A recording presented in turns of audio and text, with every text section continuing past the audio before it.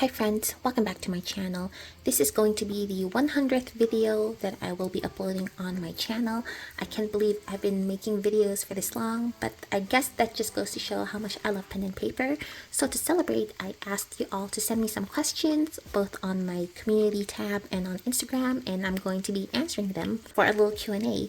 So I'm just going to hop right to it. This is in no particular order. I just tried to group similar questions together to get the ball rolling. So the first question is, were you able to go through at least halfway through your blank notebook collection? And not at all.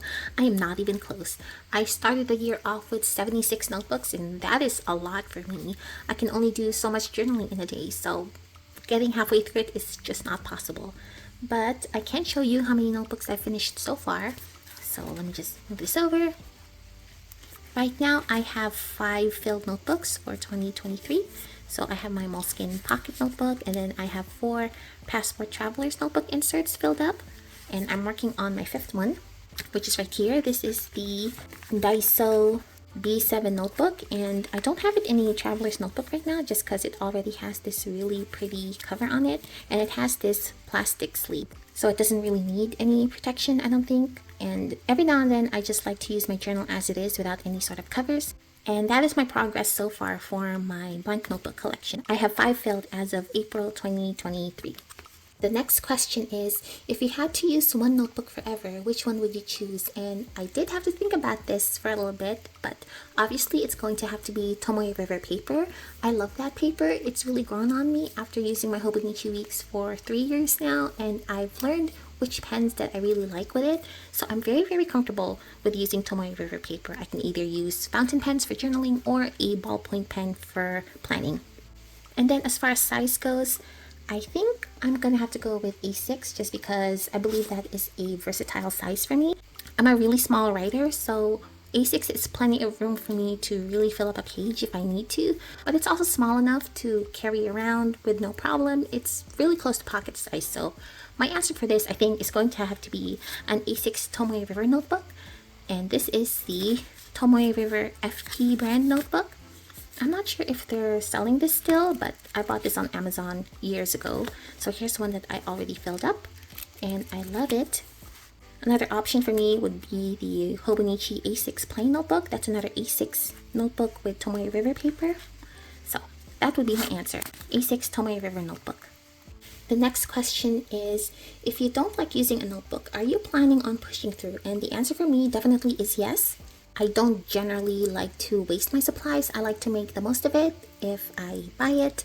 And if it's a brand new notebook that I've never written in before, then I have no problem donating it or destashing it. But if I've already started writing in it, then yes, I will stick to it to the bitter end. So just some quick examples. I have this B6 DesignWorks ink notebook. I'm just gonna move these. This is a beautiful notebook, and there's nothing really wrong with it inherently. I just wasn't into it after a while. I was really over it. I wanted to move on to something more fountain pen friendly. But even so, as you see, I did fill it up, and I did cheat here and there. This was volume 10 for me. Here was a spread that I did for my channel. So I still treated this notebook like I would any other journal that I used. I decorated it, I filled it up. I just fell out of love with it eventually, so I could have switched notebooks if I wanted to, but I decided to just go ahead and finish this one. And then another example for me is my A5 Voice term, and at the time I was kind of struggling with this notebook. I couldn't really tell you why. I think that period of my life was just really hard for me in general, so I was struggling to find joy in most things, but again, I went ahead and filled it up, as you see. Lots of filled pages and art spreads. So let me see if I can share one. Something that I like to do with notebooks that I am struggling with is I tend to use it more for art journaling. So here is a spread that I made just to help me fill up the pages faster. And I don't really consider this cheating because it's still a creative outlet for me. But generally, when I am not really into a notebook, I would use more stickers and more collaging for it. And then here's another spread that filled up this page, and all I did was print this quote out and washi tape it in, and there you go. To answer your question, yes, I do push through notebooks that I don't like. And it does feel good once I finish these notebooks. I do feel a sense of accomplishment, and I guess that's just my personality type. I don't like to waste things. I try to make the most of everything I have. Another example would be I made this floral dashboard out of the petals that fell off my fresh flower vase, and this is beautiful and I'm really happy that I did it. So I try not to throw things away if I feel like I can use it for something. That does mean that I end up having a clutter problem eventually, so I'm trying to be better about it, but also striking a balance between hoarding and making sure that stuff moves out of my house. Alright, next question is, which notebooks do you want to use next? So I'm planning on going through all of my Daiso inserts, and then after that, I want to try something really different. I want to start journaling in personal ring binders.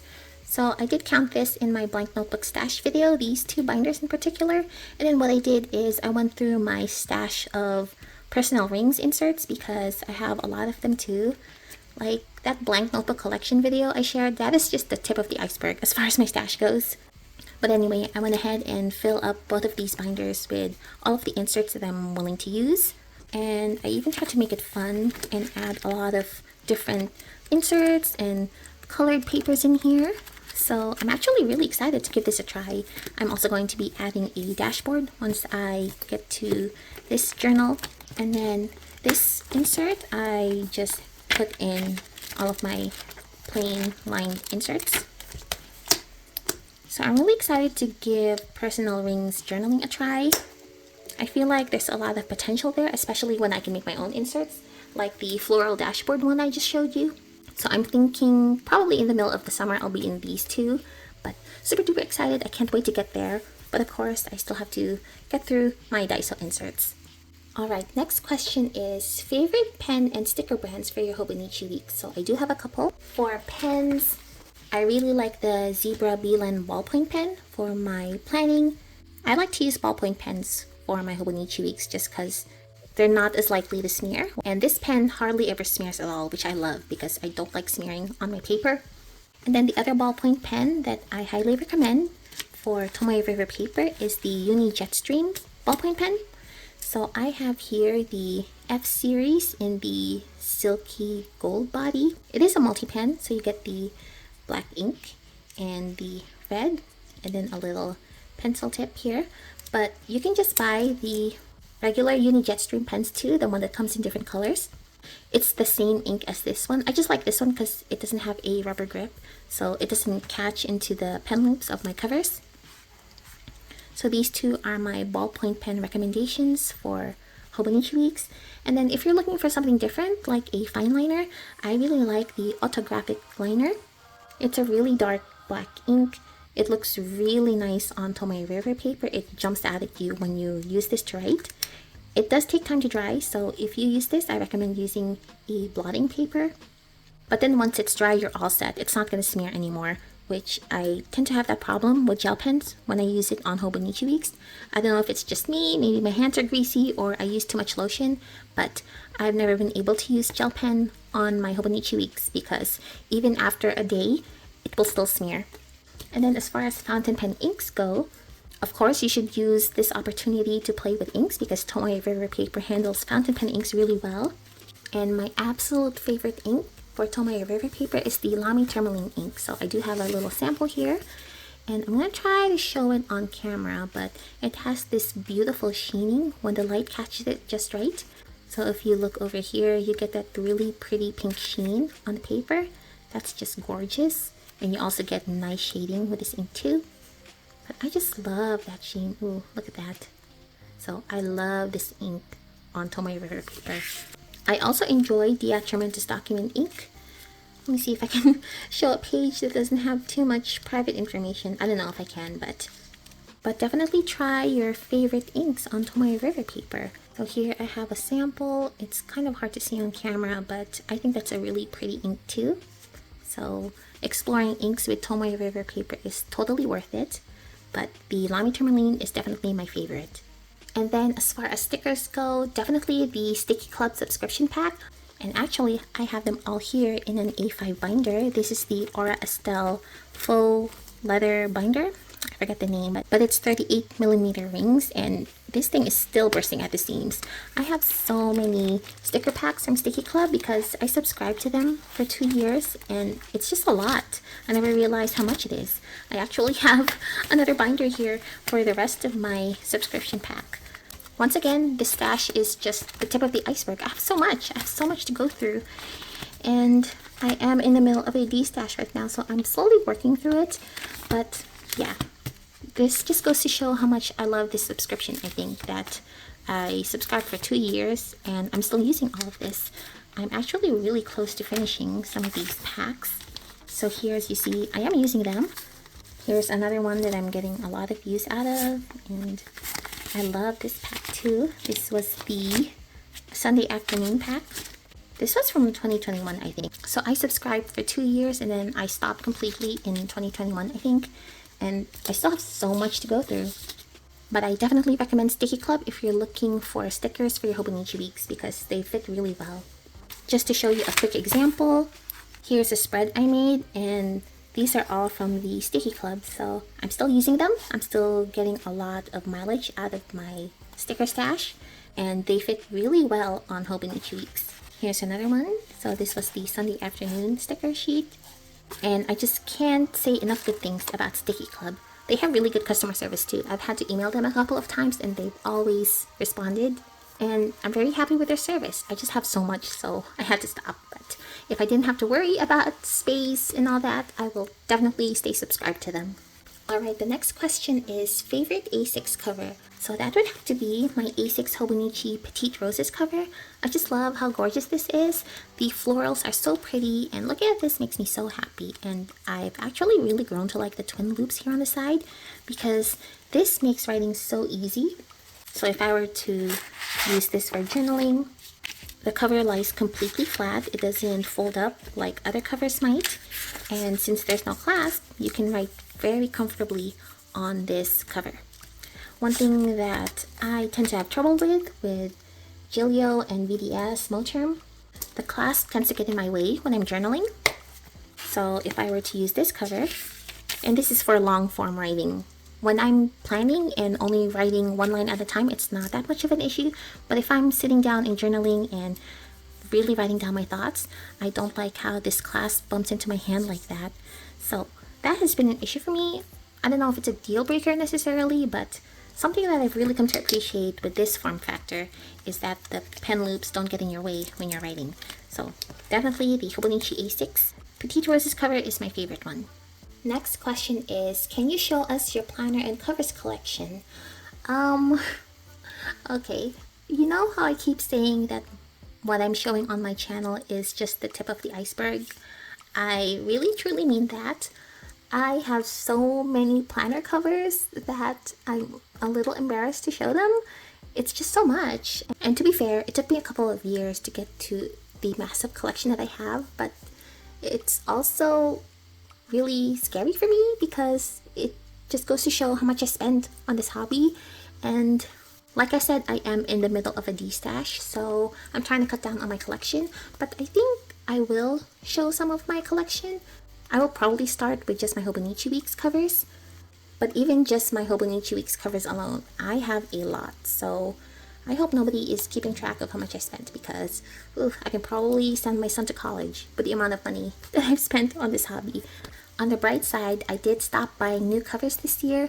I have been on a stationary no-buy, which isn't going well, to be honest, but I've significantly decreased my spending this year, which is really good. And I've only ordered one cover this year, which is the Licao cover that I mentioned before, and I still haven't got it. I'm still waiting, so hopefully I can get that soon.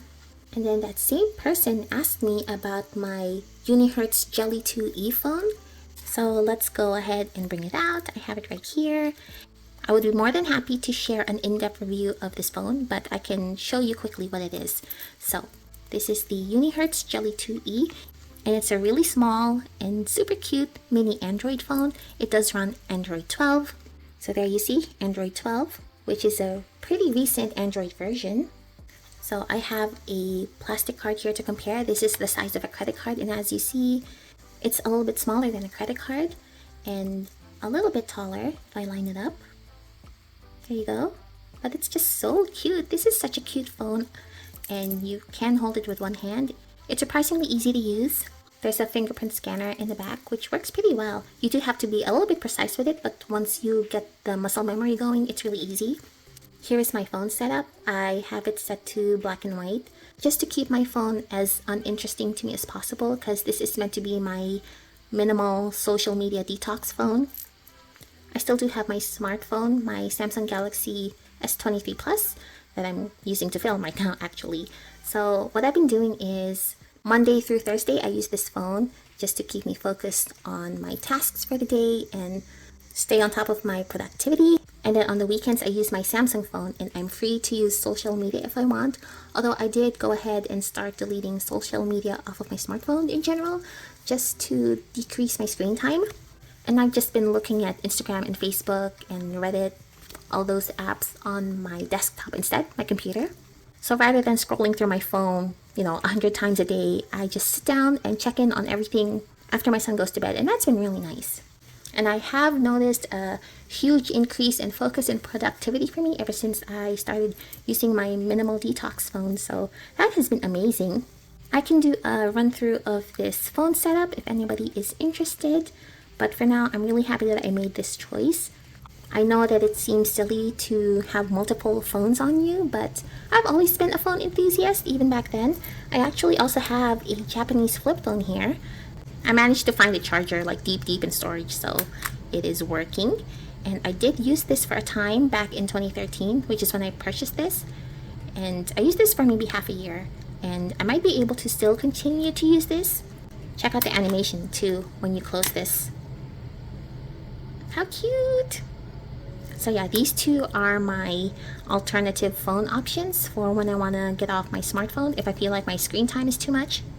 This phone came with a screen protector pre-applied on it. It also came with this clear case, and the charms that I have on it I already had, but I love how you can attach charms to this again. This reminds me so much of my phone in high school. It's just such a huge nostalgia trip. The only thing missing is the slide-out keyboard, because in high school I had the Nokia 5300. That is such an amazing phone. So that concludes my Q&A. Let me get everybody in here. Got my planners, got my phones, and my journal, and my other journals. I think this is everybody who made an appearance. I also have my pens in here, and my completed journals so far. I think that is everyone. So thank you so much to everybody who sent me questions. This was a really fun video. I think I'll do this more often once I hit another channel milestone maybe. If you have any other questions for me, feel free to leave them down below. Anything pen and paper related or maybe phone related. Let's talk hobbies. I love getting to know you all through our common shared interests. So thank you so much for watching this video. This is Baba Notes, and I will see you next time. Bye!